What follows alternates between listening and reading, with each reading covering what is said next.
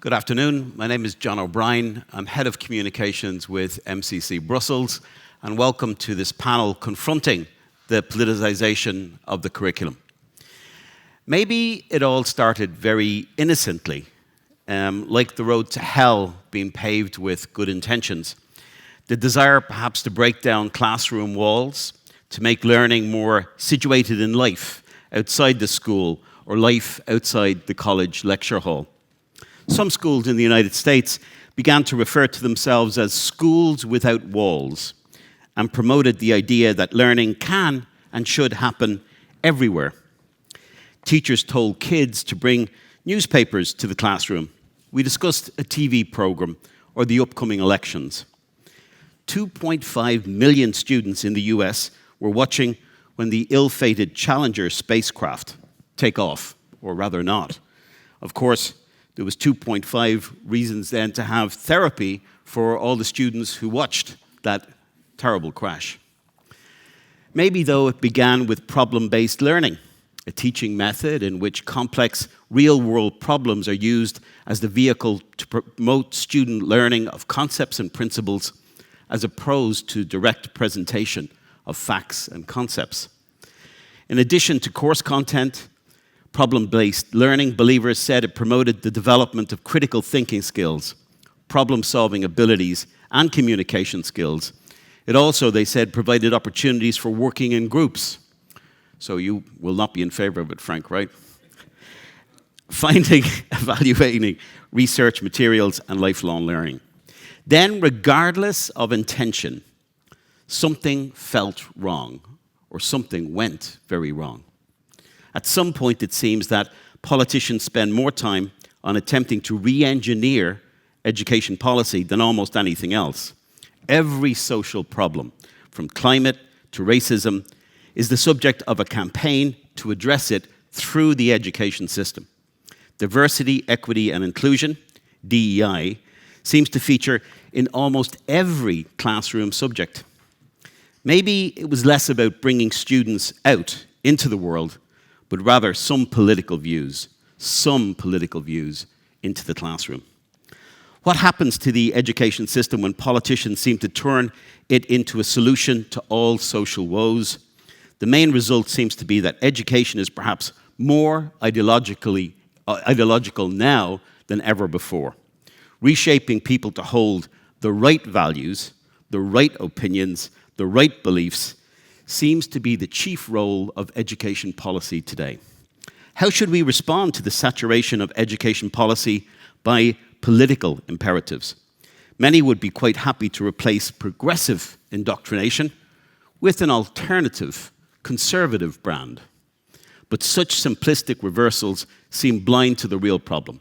With no authority of its own, the crucial distinction between education and the rest of life is lost.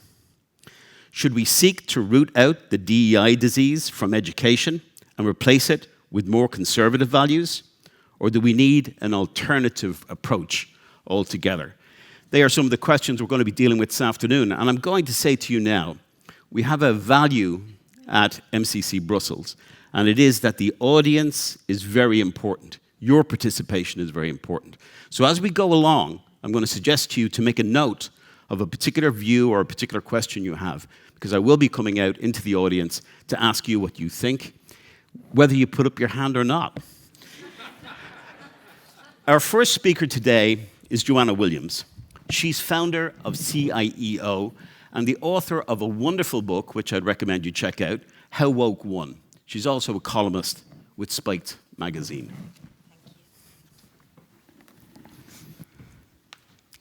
Thank you. It's a real pleasure to be here. My starting point this afternoon is that education is thoroughly politicised nowadays, that every aspect of education has been absolutely 100% imbued with political objectives, and that this takes three main forms. The first I would outline is the addition of new subjects which are inherently political in nature into the school timetable. So these are things like sexuality education, which focuses on on gender identity and relationships and seeks to intervene in the most intimate areas of people's lives, or citizenship classes, which look to cultivate particular attitudes to the nation and the environment. The second way the politicisation can be seen is in the changed content of more traditional academic subjects. For example, geography lessons, which focus on sustainability and environmentalism, literature, which is used as a vehicle for exploring attitudes towards race and gender, and history, which becomes about the sins of the nation state. The third way I would discuss is the extra, we could call it, or the hidden curriculum, what it is that pupils are learning from being in the school environment but outside of timetabled lessons. So this might be through assemblies with invited-in guest speakers from campaigning organisations, charity days, awareness-raising weeks and days, the posters that are on display around the school, and even policies about school uniform and behaviour. Schools that have gender-neutral uniforms, for example, or gender-neutral toilets, display rainbow flags, or tolerate displays of Palestinian solidarity, but won't show pictures of Muhammad in civics classes. So those are the three kind of key ways in which I'm arguing that school has been thoroughly politicised. New subjects, changed content of more traditional academic subjects, and a hidden or extra curriculum. But I'm not going to go into detailed examples of how this is occurring now. We could perhaps come back to that in the discussion. Rather, what I want to do is to explore how the situation's come about, and I also want to argue that why I agree with John, it's no good for us just to kind of take out a progressive ideology and substitute in a conservative ideology. But I think we do have to recognise that classical education it is, I think, an inherently conservative, small c, conservative project that is inherently linked to a sense of national identity. And I don't think we should be ashamed or embarrassed about making that point. So first of all, then, on where this has come from. So I would argue that the complete politicisation of education has been well over a century in the making. I think that's the first point. This is not a new phenomenon. This is a very, very old phenomenon now. Also, the thing I'd like to point out is the extent to which this is, to some degree at least, a conscious political project. It's not something which has just arisen by accident. So I'm going to kick off with John Dewey, as I know other people have done as well over the course of today. In Education and Democracy, which was published in 1916, Dewey says, as a society becomes more enlightened, it realises that it is responsible not to transmit and conserve the whole of its existing achievements, but only such as make for a better future society. Now, he's clearly right about the idea of selection. I think that's relatively uncontroversial, but it's the final phrase in that sentence that I really want to pick up on, but only such as make for a better future society. It bends education to an instrumental purpose while appearing to leave open the question of what comprises a better future society. But ironically, I think given the title of his book is Democracy in Education, it's not the general public, it's not a national conversation that Dewey is looking to instigate, or even elected representatives at this stage. It's very clearly teachers or curriculum makers who Dewey thinks should be responsible for determining what a better future society might look like. So for Dewey, this process of educating for a better society poses a direct challenge to the past. He argues the study of past products will not help us understand the present, because the present is not due to the products, but to the life of which they were the products. What he means by this is that knowledge of the past and knowledge from the past is not so much that it's unimportant, but that it's just a resource in developing the future. So I think Dewey really does two main things. He uproots education by separating it from the past, and he also cuts it from a national conversation by leaving it to educators to determine what they perceive as being the better future society that education should be exploited to create. Now, we know that Dewey's work has been highly influential in the US and beyond. He articulated an elite zeitgeist, however, so I'm not suggesting that Dewey kind of just plucked these ideas out of nowhere, and he alone is responsible for all that bad that's happened ever since. What he was doing was he was articulating a zeitgeist that was already out there, and he kind of put into words, if you like, an elite feeling that was already becoming far less confident about its own place in the world. But his influence can be traced then in theorists who've written since. Most notably, I think, in somebody who's not so much heard of nowadays, but was very influential in American teacher training colleges in the 1930s and 1940s. This is a guy called George Counts. His once widely read pamphlet was titled, "Dare the School Build a New Social Order?" And this was published in 1932. And Counts shows the extent to which education, even at that point, was already being used to solve social problems. Faced with any difficult problem of life, he writes, we set our minds at rest sooner or later by the appeal of the school. Now, he wasn't saying that as a negative, he wasn't saying that as a criticism like we might do today. For Counts, this was a kind of a plus point. This was something good. Like Dewey, then, Counts sees education's connection to the past as a problem. Of the existing school, he writes, almost everywhere it is in the grip of conservative forces and is serving the cause of perpetuating ideas and institutions suited to an age that is gone. So Counts takes much from the progressive education movement, which Dewey had kind of described, and he describes this, but Counts describes progressive education. He's actually quite critical of it. He describes it as being completely devoted to the promotion of social welfare through education. That's what he considers to be good about it. Sorry, and I'll come on to his criticisms in a second. He thinks it's good that education is completely dedicated to social welfare. But if we turn this phrase around, we see it also means the complete use of education to promote social welfare. And if we swap social welfare for social justice, I think we have a very good indication of where schools are at today.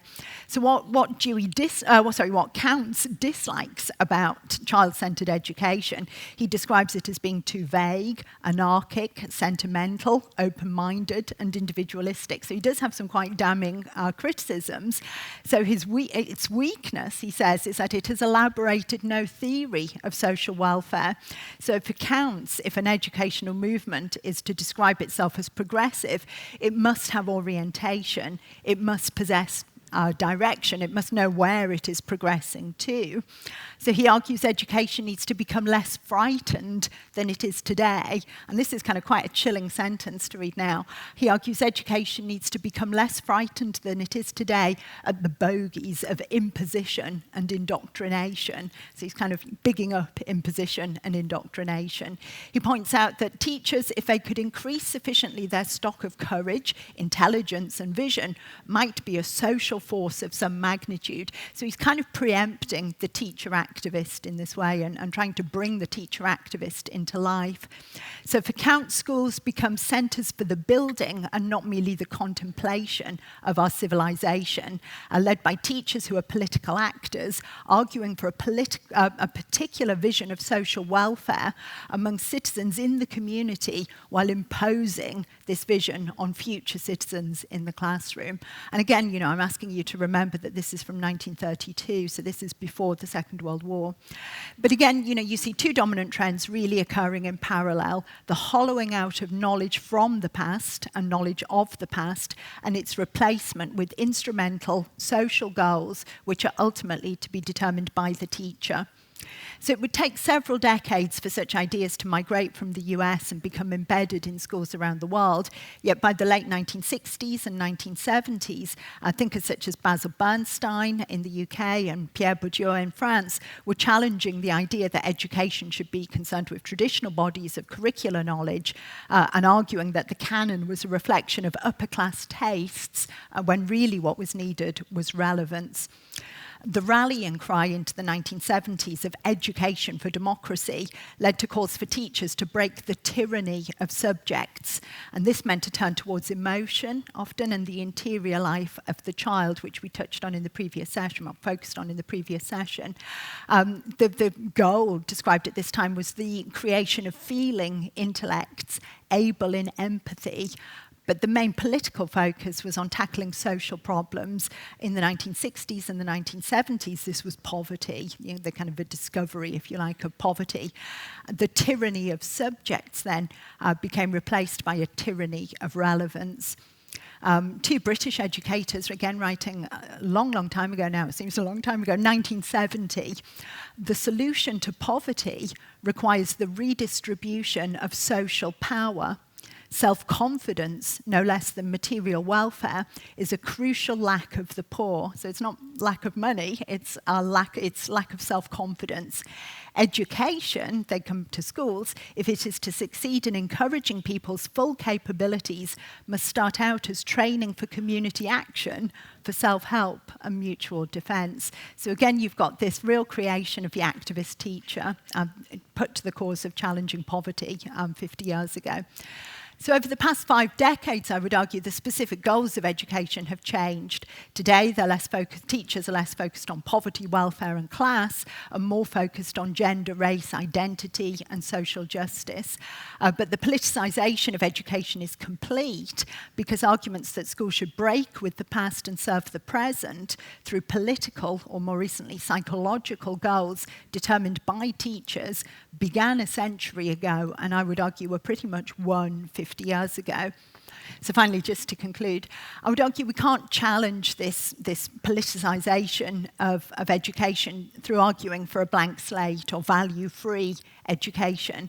I would argue that for education to be meaningful, it must be rooted in the past, as I've described it here, a kind of process of involving children, initiating children into a conversation based on both knowledge of the past and knowledge from the past. And I think this makes it an inherently conservative project. Educators are conserving within individual children culture and tradition. And for this reason, I would argue education is also inherently connected to the project of the nation. When teachers select from the whole of civilization's achievements, they look not exclusively, but certainly primarily, I would argue, or they should look primarily, to a national tradition from which to draw universal truths about the human condition. Again, we also find precedents for this argument over a century ago. So I'm running out of time on it. I'll skip a bit. Let's come right up to date now. More recently, just to end with. Roger Scruton, in I think a book that he wrote, which I very much recommend, very much enjoyed reading, called Culture Counts. He writes that in order to create the deep attachment on which the future of our civilization depends, we need to affirm our right to exist. And by that he means the right of Western civilization to exist. A culture, which Scruton describes as a source of knowledge, emotional knowledge concerning what to do and what to feel, is central to this affirmation. It's through art, Scruton argues, that people develop a relation of belonging. He's unashamedly concerned with high culture, but he argues that although an elite product, its meaning lies in emotions and aspirations that are common to all. For Scruton, Western civilization is synonymous with the Enlightenment, with its aspiration towards universal truth. He's scathing of postmodernists who believe the power of those who trace belief, to the power of those who uphold it, because this undermines its claims to objectivity. Scruton insists that Western culture is a repository of knowledge and not a form of ideology. Like Durkheim, he sees education as being about far more than relevance and skills. Its aim, he contends, is to open pupils' minds and feelings to the underlying oneness of the human condition. And to very, very finally conclude, I would argue we fail in this project if we allow education to be turned to political ends. Okay, thank you very much.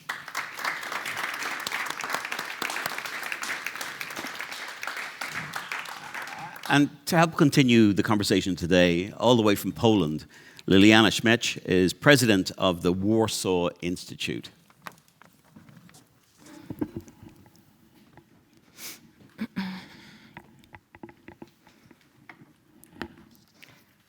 Sorry, I have so many things in my hands, All right, so first of all, I would like to express my sincere gratitude to the MCC Brussels, but also the Learning Institute of MCC in Budapest for the invitation and great conference. And I would like to start my short speech with a short anecdote of what happened during one of my classes, because I also teach at the university, at the Krakow University of Economics. And I'm always trying to start my classes with some kind of a short quiz game to actually assess how big, how broad is the knowledge of my students. And they are mainly the first year of bachelor students or the first year of master's students. And one of the questions that I have asked them was, what are the 4 freedoms of the European single market? Do you have any guesses? What did they come up with? And it would be actually, I believe, the answer to the question of our debate, the politicization of the education. So actually nobody thought about the free movement of goods. Nobody thought about the free movement of capital, and nobody thought about the free movement of people, nor the freedom to establish and provide services. But imagine, they said the freedom of sex, which was a big surprise for me, and the freedom of speech. Sorry, I have some throat problems. So I believe that's actually the answer, and I'm talking about the Polish case, not the American nor the Canadian. So we can all agree that Polish education needs some broad and profound change. Not just the low salaries of teachers, the lack of prestige, actually, of the teaching position that is present. Nowadays, the overloaded core curriculum that is not actually adapted to the times and needs of the students, and tired and unmotivated students are just some of the ills of the Polish schooling. And I'm not only talking about the primary school, high schools, but mainly about the higher education, like universities. Over the last 30 or maybe even 50 years, content-wise, there has been relatively little change in the Polish education system. Mentally, we still stand and to educate factory workers. Well, I'm not feeling very confident speaking about the bad things of the Polish educational system and to complain, because in the past it was mainly the duty of the EPP members of the parliament, but now the situation has changed a little bit. So in the Prussian model, in the past, we tried to implement the universal knowledge to everyone, but as we can see, it's not working anymore nowadays. And regarding the politicization of the education system, actually every government that comes into power is changing everything. Everything. Just to show, just to prove that actually the previous government did everything in the wrong way. Even if they did something good, no, they will just change everything just for the sake of the principle. And actually, that's what's happening right now in Poland. Our current education minister has announced the withdrawal of homeworks, so in primary schools. So now the kids will not have any homeworks, and actually there is a result that the teacher can no longer expect the students to, for example, learn a poem at home, nor read a book at home. And I believe, as we all know from our experience, school is one part of the education, but much bigger part is actually at home, learning how to read, how to calculate, but nowadays the teacher cannot actually expect it. Also, the new government has announced a slimming down of the core curriculum. There will be less material in physics, chemistry, biology, geography, but as well as history and Polish language. For some of you, it might be an interesting information. Romeo and Juliet will be no longer in our canon of books. I have just read it a couple of minutes ago. Also, the level of teaching of these subjects and actually the use of the human capital determines the success of our economy. And looking what's happening right now in Poland, looking not just at the educational changes, but also actually the lack of investments and the idea to stop some of the most important investments like the nuclear power plant, actually it somehow gives me an idea that our economy might become less competitive in the future if we connect all of the dots all together.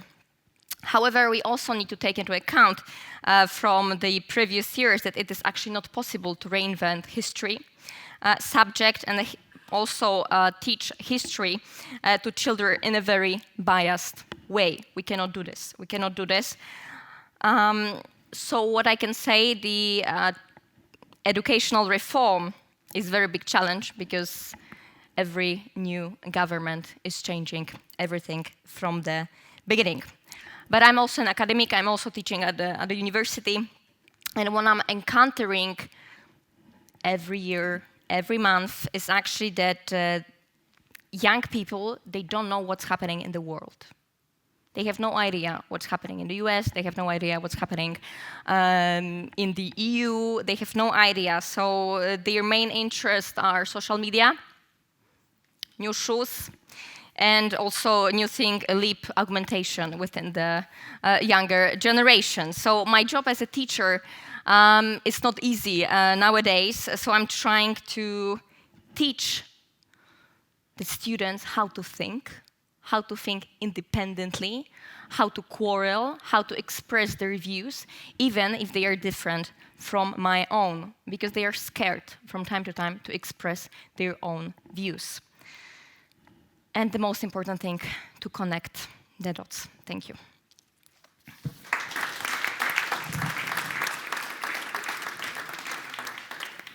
To round out our speakers today, Tim Crowley, a lecturer in philosophy from University College Dublin, the Euro cradle of woke Ireland.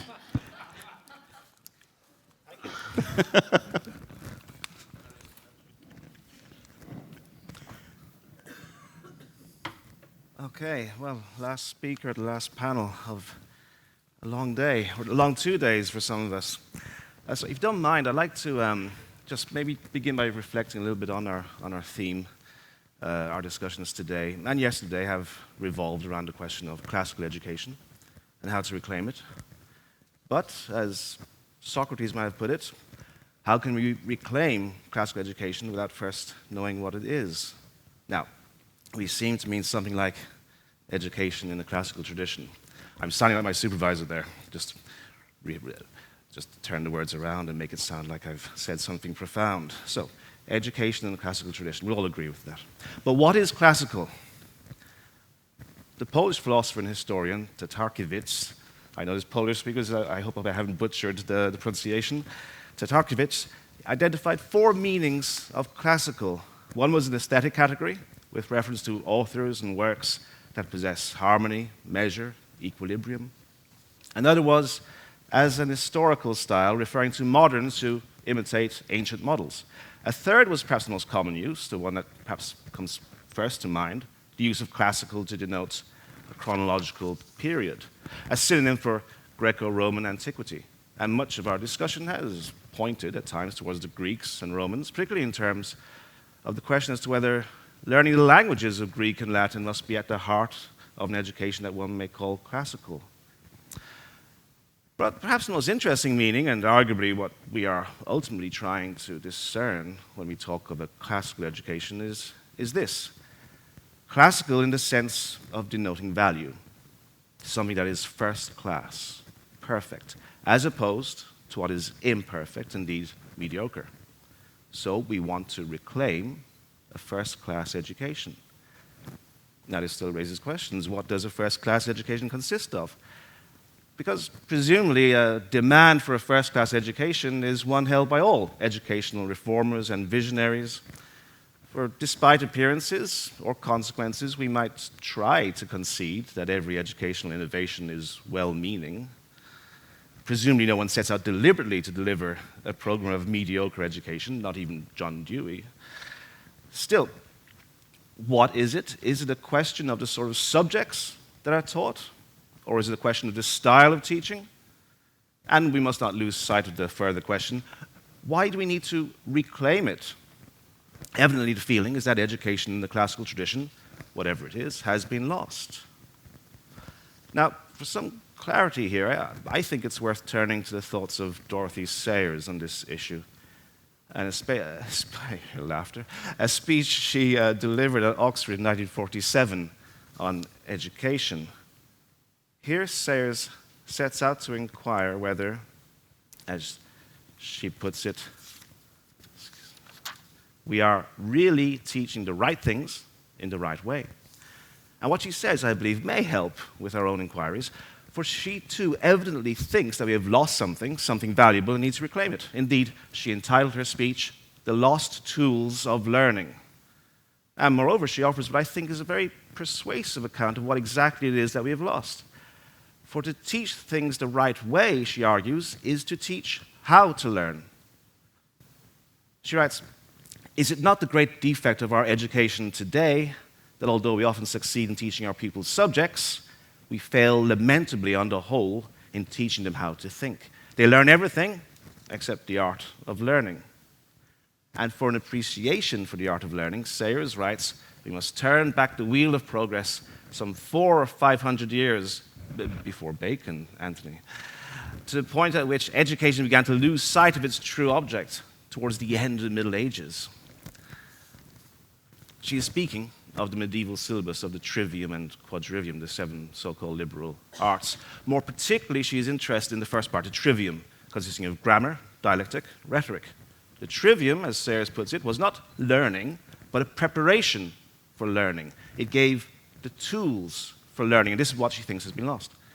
First, the pupil learns grammar, meaning the structure of language, not simply learning a foreign language so that one might order a coffee or buy a train ticket, but learning the nuts and bolts of language, what it was, how it was put together, how it worked.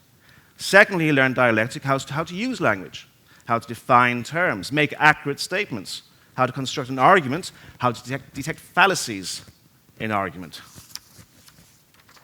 Thirdly, he learned to express himself in language, how to say what he had to say elegantly and persuasively. So whatever subject is then pursued, the point is that the pupil has first learned to handle the tools of learning. With these tools, any subject may be mastered. With these tools, we can, she says, produce a society of educated people fitted to preserve their intellectual freedom amid the complex pressures of our modern society. With these tools, they can carve out their character. So these tools have been lost, but we do have a new sort of trivium today, the trivial and depressing trivium of equality, diversity, and inclusion, or EDI. Like what Sayers says about the trivium, these new tools are not learning, but a preparation for learning. And like the trivium, with these new tools in hand, the pupil or student can approach any subject. Of course, there's a crucial difference. For these tools of EDI are very blunt tools. They tend to reduce any subject to which they are applied to the same state of ruin. With EDI as a hammer, every subject looks like a nail. The only discovery these tools permit is that the whole Western canon is, to use a term much loved by our new EDI educators, problematic. Sexist, racist, homophobic. These new tools produce from every material the same ugly accusatory sculpture. Rather, indeed, than being tools of learning, the EDI trivium functions as tools of unlearning. Now, EDI initiatives tend to take the form of expressions of commitment. They love commitments or pledges. Commitment to what are evidently political goals. If you take a look at for instance, at an email I recently received just 5 days ago, the newly appointed Vice President of Equality, Diversity and Inclusion at my university, University College Dublin, sent her first email to faculty since taking up the role. Now, I tend to brace myself every time I open an email emanating from the university administration, especially when it concerns EDI, which, considering UCD's expressed aim of embedding EDI in every aspect of university life, seems ever more frequent. But this missive was even more obnoxious than usual. After a note of syrupy self-congratulation, the first paragraph went like this. In the coming year, we have many challenges and projects. For example, submission of our Athena Swan Silver institutional applications and the development of our anti-racism action plan. Action plans to continue pushing for Athena Swan Awards and to further anti-racism initiatives. And the university presents these as commitments and expects every member of its community to be on board, to promote it, to structure everything they do in the university with these commitments to the fore. Athena Swan, for those lucky enough not to know what it is a charter set up in 2005 by the UK-based charity Advance HE, or Higher Education, originally to further the prospects of women in the sciences. SWAN stands for the Scientific Women's Academic Network. Athena Swan Ireland was launched in 2015 and now pushes for gender equality across all disciplines in university. It functions as an accreditation system. Universities and departments send applications for awards to Athena Swan based on submitted action plans to tackle gender issues. Successful applications can be awarded bronze, silver, and gold badges, which institutions and individual departments can then proudly display on their website. Higher education institutes and their constituent departments and schools all over Ireland have made or are in the process of making such applications. And what do these applications consist of? Well, to begin an application, a department head of school or college principal completes a letter, the template of which is provided on the Athena Swan Ireland website. Here's the first line. Dear head of Athena Swan Ireland, on behalf of, name of institution, so in my case, School of Philosophy, on behalf of the School of Philosophy, I wish to pledge my commitment to the principles of the Athena Swan Ireland Charter. Now that already should set alarm bells ringing, even before we see what the principles are. But when we see the principles, it's obvious that they are politically and philosophically contentious. They are issues that are or should be subjects of academic and political debate. Thus, to take a particularly notorious commitment, an applicant for the award must pledge, and pledge his colleagues too, or her colleagues, to foster collective understanding that individuals have the right to determine and affirm their gender, and commit to implementing inclusive and effective policies and practices that are cognizant of the lived experiences and needs of trans and non-binary people. So every single participant in the Athena Swan scheme in Ireland has thus committed, or has been committed, to embracing and promoting gender ideology. Other pledges involve commitments to the notion of intersectionality, and indeed commitment to accepting that unconscious bias and institutional sexism are real things, and to undergo mandatory training in unconscious bias. Now you might ask, why would any academic agree to such commitments? Well, one clear reason is that they have to. In order to be eligible for government funding, institutions must show they are engaging with Athena Swan. It is, in other words, a sanction-led initiative, and that's how its proponents actually describe it. The importance of being tied to funding is readily admitted. As one Irish academic who was involved in setting up Athena Swan writes, of immense significance was the further underpinning of the Higher Education Authority's endorsement of Athena Swan with the policy of linking Athena Swan to funding of higher education institutes and research. So they call it an effective stick. This is actually in the literature. It's an effective stick to force universities to apply for such awards. Of course, that might not seem sufficient as an explanation. These remarks, these threatening remarks, it's an effective stick to get you to get involved. They are appalling. They should disgust anyone who believes in academic freedom or freedom of speech in general. Indeed, that Athena Swan Ireland can present such threats goes against the protections of academic freedom in Ireland's Universities Act. And we have strong protections. In Section 14 of the Universities Act, it's stated that a member of the academic staff of a university shall have the freedom within the law, in his or her teaching, research, and any other activities, either in or outside the university, to question and test received wisdom, to put forward new ideas, and to state controversial or unpopular opinions, and shall not be disadvantaged or subject to less favorable treatment by the university for the exercise of that freedom. So why hasn't there been any reaction to this?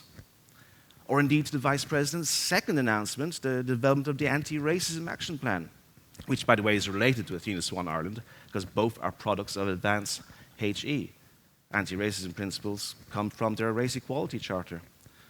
So the Anti-Racism Action Plan involves embracing a set of principles whose title, whose tenor, and supporting materials unmistakably link the campaign to critical race theory, the controversial academic movement associated with divisive activist academics such as Ibram X. Kendi. The tool has been imposed on Irish universities from above, from the Irish Higher Education Authority, an organization that seems thoroughly corrupted beyond repair. No one has questioned the coherency of the HEA's expressed aim of race equality, with its goal of equal outcomes, and its stance, adopted from Kendi, that race inequality or any disparity in outcomes between individuals of different races is conclusive proof of racism, admitting of no further possible cause. So, given that Athena Swan and the Anti-Racism Action Plan are both politically and philosophically partisan, and given that we have in Ireland very good protection in the law for academic freedom, why has there been no pushback? Alan? A couple of reasons come to mind. First, there is a startling amount of ignorance regarding academic freedom among Irish academics. That's one reason. But secondly, the more obvious reason is the political and ideological biases of the vast majority of academics is such that they believe in these principles. Athena Swan has been described as the imposition of gender feminism throughout the academy, and the academy is full of gender feminists and their enablers. And one might present a third reason. Aside from the true believers, one imagines there are academics who just want to get on with their teaching and research and publishing and keep their head down, and to avoid these political maneuvers and work towards their next promotion. As Susan Hawke puts it, to be an academic today, there's a strong temptation to be an ostrich, to get on quietly with your own work and do your best to ignore the noisy battles around you. Now, perhaps that is possible in some disciplines, but when you are an academic in a discipline like philosophy, or simply an academic with any self-respect, it is more difficult. When, as Hawke puts it, the great revolutionary chorus is announcing that disinterested inquiry is impossible, that all supposed knowledge is expressions of power, and that the concepts of evidence, objectivity, truth, and are ideological humbug, it is hard to ignore. Because if you keep your head down in the face of that noise, you are betraying your discipline, your university, your students, and ultimately yourself. I'm reminded of the whistleblower of police corruption in New York, Frank Serpico, who was played by Al Pacino in the 1973 film, Serpico. When Pacino went to him to visit him when he was preparing for the role, and he asked him, "Why did you step forward?" Serpico replied, "Well, Al, I don't know. I guess I would have to say it would be because if I didn't, who would I be when I listened to a piece of music?"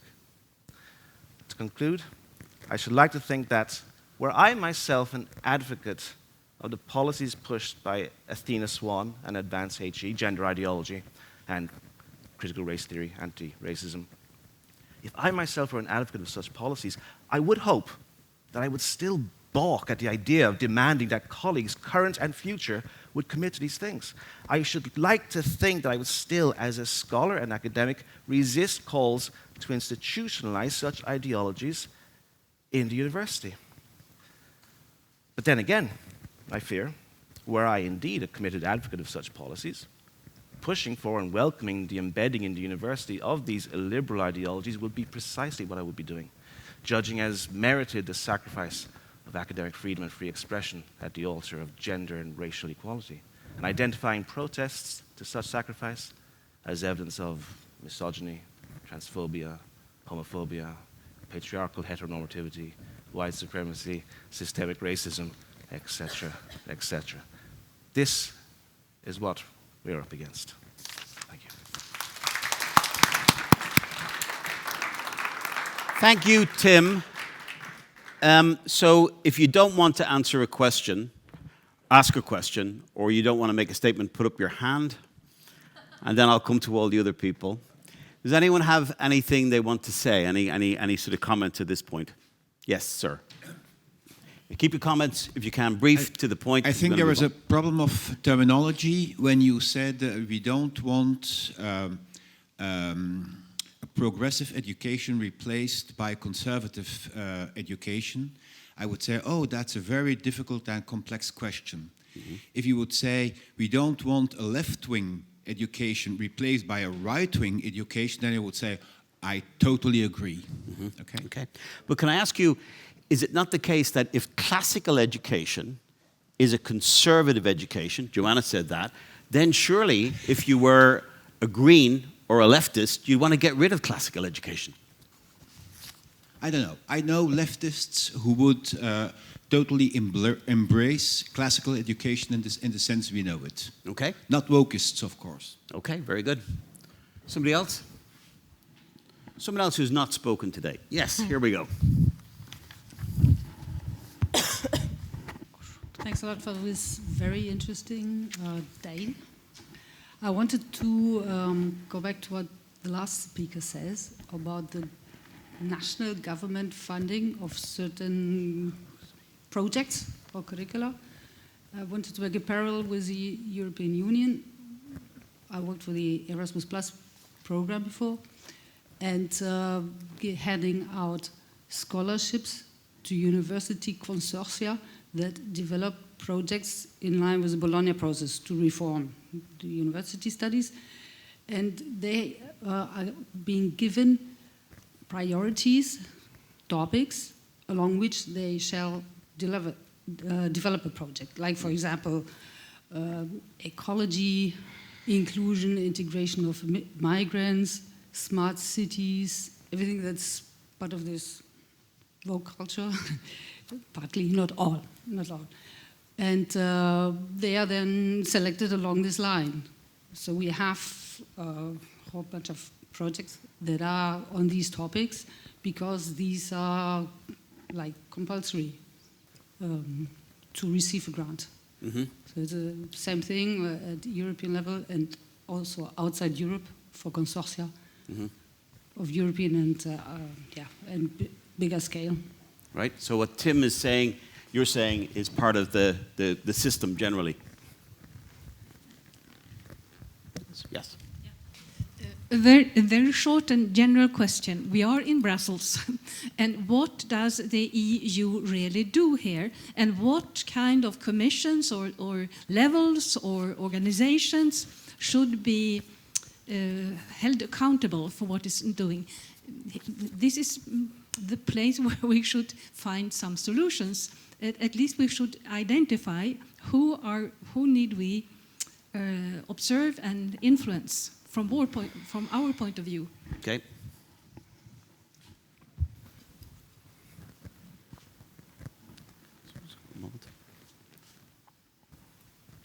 No. Okay. I think it's slightly unfortunate to tie the word conservative to classical education or liberal education.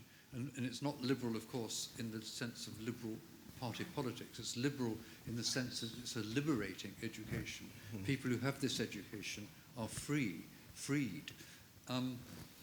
Because certainly in Britain, you'd be very unwise to entrust the promotion of classical or liberal education to the Conservative Party. That's done at least as much damage to it as the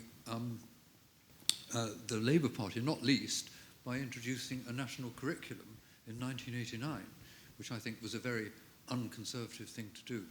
So I think we should stress that what we're promoting is something that, when I started in universities, the idea of what Tim has been saying about academic freedom would have been shared by, maybe not by a few Trotskyites that there were around, but by people from all different points of view.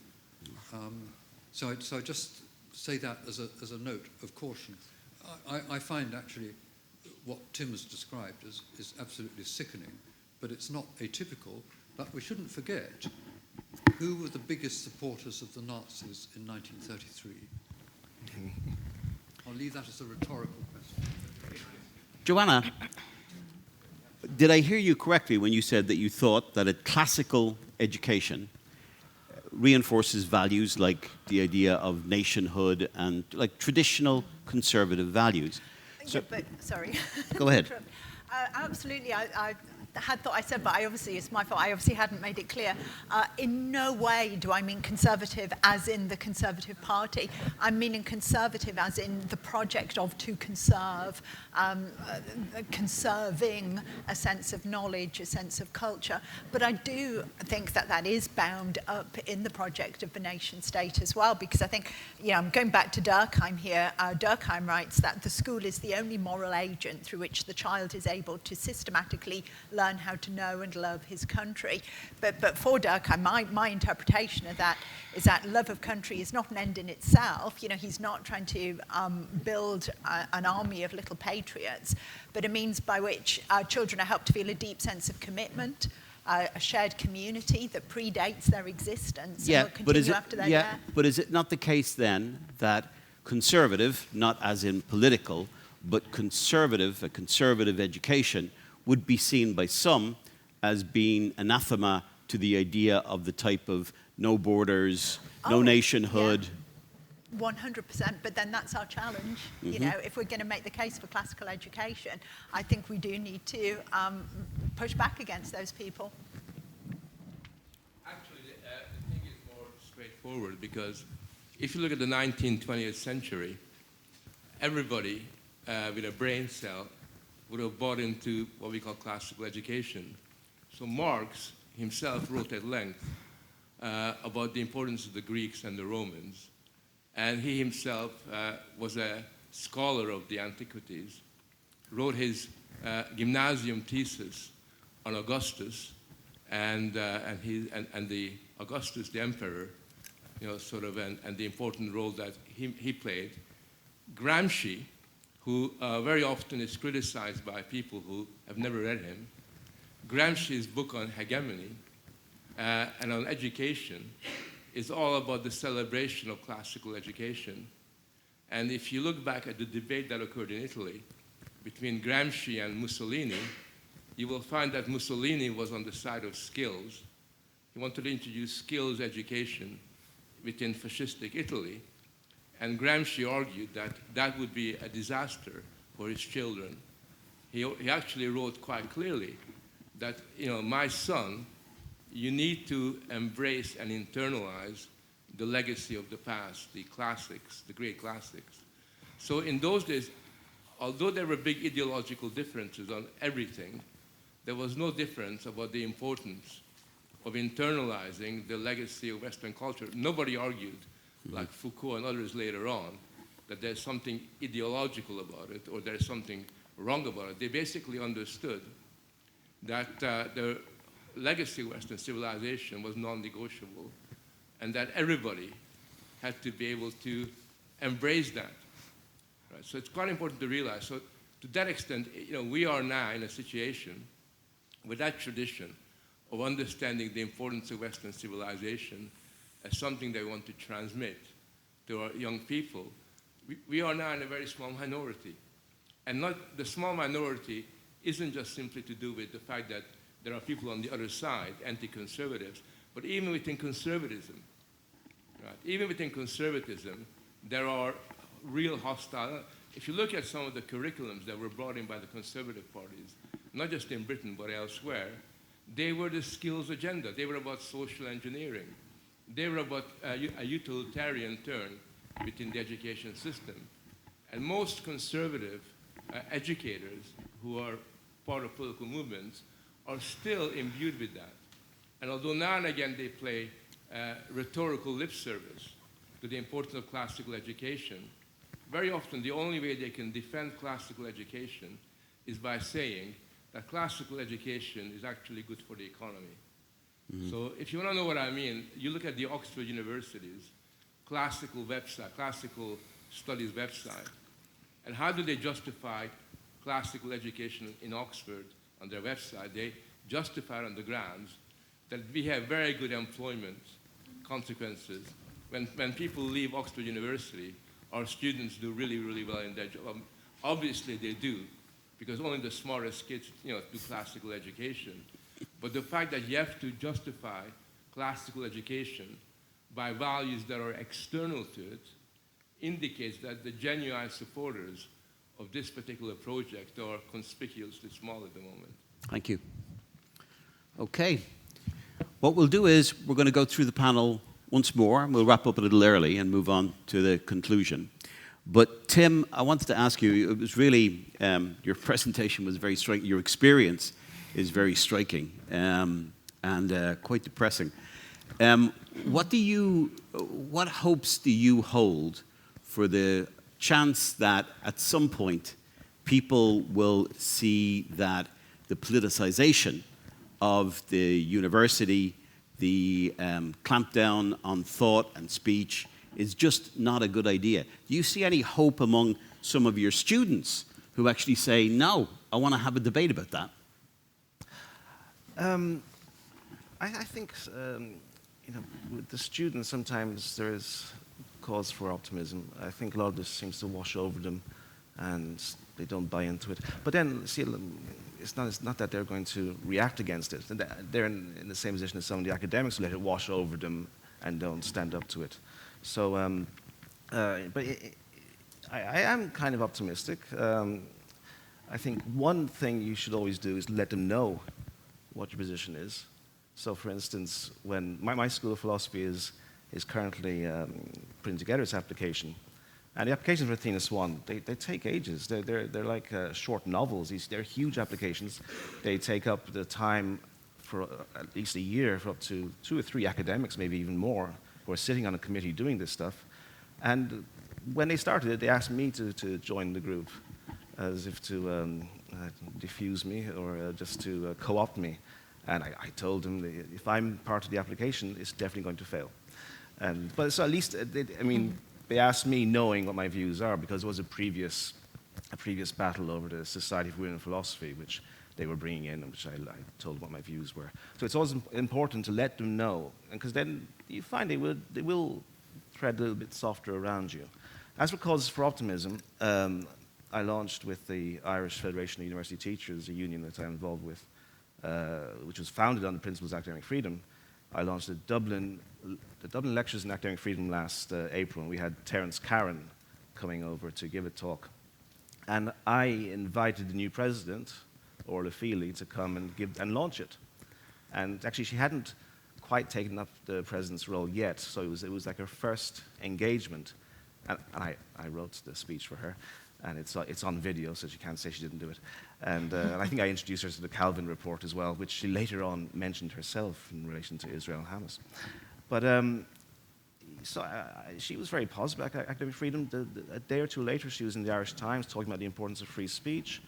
And I praised her on Twitter. She liked my praise, and we were like best friends. And then suddenly in September, she signs the anti-racism principles. Now you could say were her hands tied because it was already there. It's coming down from the HEA, the Higher Education Authority. So perhaps she couldn't do much about it, or she could have said no. I'm president. I'm not signing it. And I wrote an open letter to her, which she didn't like at that time. But I think showing that you're in disagreement, and then constantly pressing on academic freedom. And now with Dennis has left, but Dennis Hayes, who is well known as the director of AFAF, he came over to Dublin. We've launched the Dublin University's AFAF, and I'm going to keep pushing the cause of academic freedom and just tell them we have great protections. Thanks. So let's use it. Thanks. Liliana, a whole new curriculum, it looks like, in Poland then, since you changed government. Is there any hopes that you have that maybe teachers, maybe parents in Poland will try to insist and hold on just to some of the basic ideas of a classical education, as opposed to swallowing the full-scale political indoctrination of new regime, new curriculum? New regime, maybe it's too much for now, I would say. But yes, there are already some voices of parents, of schools, of course not of the students, because, depending of course on the age, but if we look at the primary school, they are not too conscious actually to decide on what they really want to study, so they need a good influence of the good teachers and the parents. But there are already some voices in the answer of what's happening right now with the new, as you mentioned, I wouldn't say the regime, but with the new reform that is going to be introduced into the school. So let's say there is some hope, but I'm not very optimistic for the future, to be honest, because looking at what's happening, if you would ask me 1 year ago, I would be much more optimistic. I thought that Poland is still a safe spot. But to be honest, I believe Hungary is the last safe spot on the European or on the world map. Joanna, what I wanted to ask you in conclusion briefly is that it would seem to me that teachers themselves should be the front line of defense against the politicization of education. And it makes no difference whether a teacher is green, left, or right-wing. Surely teachers pursuing a Socratic type of principle in the way conversations are conducted in class means that many views could be expressed and explored and interrogated without them looking on the classroom as being a place for them to put forward their views. What are your hopes that teachers and teaching can be saved? At the moment, zero. But I do take your point, and I think it's very, very important. And every so often we get these calls, mainly in the US and in relation to higher education, that there should be almost quotas where at job interviews in a kind of McCarthyite system, people are asked to kind of declare their voting intentions in the next election, and you'll fill your faculty with kind of equal representation of left and right wing. And, you know, that makes my blood run cold, and I don't see any point in engaging in such exercises, and I don't think education would be better as a result. I think you're absolutely right. It shouldn't matter what the teachers' educational views, teachers' political views are, but that assumes a knowledge-centered classical curriculum where the knowledge that's being transmitted is seen as being worthwhile. It's there, it exists as a body of knowledge waiting to be transmitted, and there's a sense that this knowledge is sufficiently important in its own terms that it's more important than any political project that you might want to engage in. I did just want to come back briefly yet again, because I still don't think I've really made myself terribly clear to the whole kind of meaning of conservative. And certainly in the UK, I mean, we've been ruled by a conservative government for the vast majority of the past 5 decades.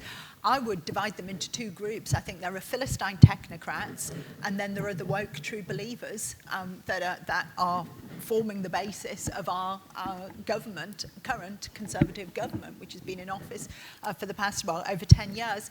And I'm not sure which of those 2 I hate most, the Philistine technocrats or the woke true believers, but I don't think there's one kind of true political conservative anywhere near the Conservative Party as it stands in the UK right now and in most other countries throughout Europe.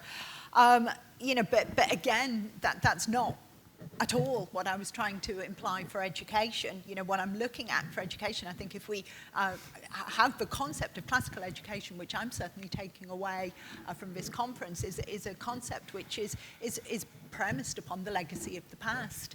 And for me, that links a sense of passing on the transmission, is not to say, let's transmit this so you completely rip it all up and start again. You do actually want young people, I think, to have some appreciation of the best that's been thought and said, to go back to Matthew Arnold, to genuine, I mean, they may go on, fair enough, and change and transform society as they see fit, not as I see fit, but as they see fit in the future. I think my job, the teacher's job, is not telling them what that future should be, to go back to Dewey or Counts. That's for them to decide. But again, to come back to the theme of the conference, to take responsibility for the world as such, to seek to conserve the best that's been thought and said in the minds of those young people, for them to do what they see fit with. Thank you very much. Can I just have sure. one thought? Because there was a comment regarding the place where we are right now, that we are in Brussels, yes, and who should be accountable? Well, to be honest, I don't want Brussels to be accountable for anything.